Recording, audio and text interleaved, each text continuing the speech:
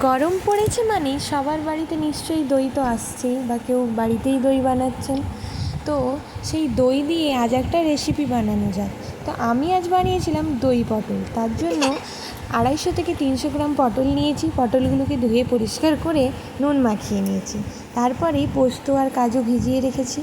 আর এদিকে কড়াই গরম করতে বসিয়ে তার মধ্যে দিয়ে দিলাম শুকনো লঙ্কা আর পাঁচফোড়ন। আমি লঙ্কাটা কম দিয়েছি কারণ আমার বাড়িতে ছোটো বাচ্চা আছে।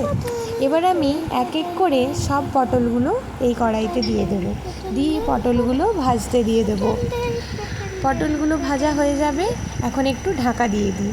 ঢাকা উঠিয়ে দেখলাম একটু হালকা হালকা ভাজা হয়েছে, তো আমি আবার ঢাকা দিয়ে দিলাম।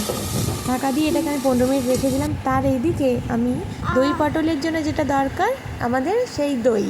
তাহলে দই নিয়েছি, দইয়ের সাথে দিয়েছি জিরে গুঁড়ো, ধনে গুঁড়ো, লঙ্কা গুঁড়ো, এক সামান্য নুন, সব কিছু দিয়ে আমি এটাকে মিক্স করে নিচ্ছি।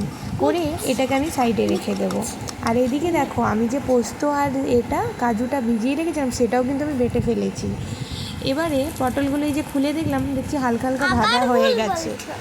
যখনই ভাজা হয়ে গেছে তো আমি তো পোস্তটা কাজুটা দিয়ে দিলাম, সঙ্গে দইটাও মিক্স করে দিয়েছি। সবগুলো একসাথে দিয়ে একটু নাড়াচাড়া করে কিছুক্ষণ পর দেখলাম ঢাকা খুলে, তো তখন দেখলাম দই পটলটা বেশ ভালোই রেডি হয়ে গেছে। তোমাদের এই রেসিপিটা কার কেমন লাগলো কমেন্টে জানিও। আর দই পটল খেতে কে কে ভালোবাসো অবশ্যই বলো।